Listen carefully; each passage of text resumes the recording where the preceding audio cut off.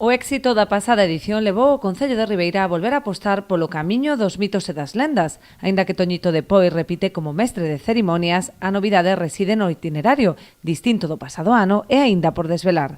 Tan só sabemos que será un traxecto de 2 km, cunha duración aproximada de hora e media, e que cada sesión rematará cun concerto e uns pinchos disfrutando da posta do sol. Lugares hermosísimos, dunha belleza inconmensurable como foi o ano pasado. O ano pasado recordemos que salíamos desa réplica que hai do Olme das Seitos en San Roque, non era? E depois subíamos hasta a Pedra da Rá, depois hasta o Castro, o propio Castro, e depois baixábamos, comíamos ali algo increíble, que por certo agradecer a como se chama, a Bayuca, non? Era quen fixo Caten, este ano fará o igual, non? Bayuca, e xusto chegábamos, calculábamos, veña rápido chicos, para que chegara, para comer xusto o sol por, non?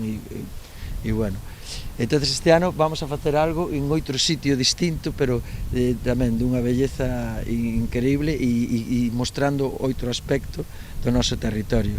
Tamén cambian as datas e mentres que a pasada edición tiña lugar durante o verán, as 4 rutas este ano desenvolveránse entre abril e xuño para desestacionalizar o turismo.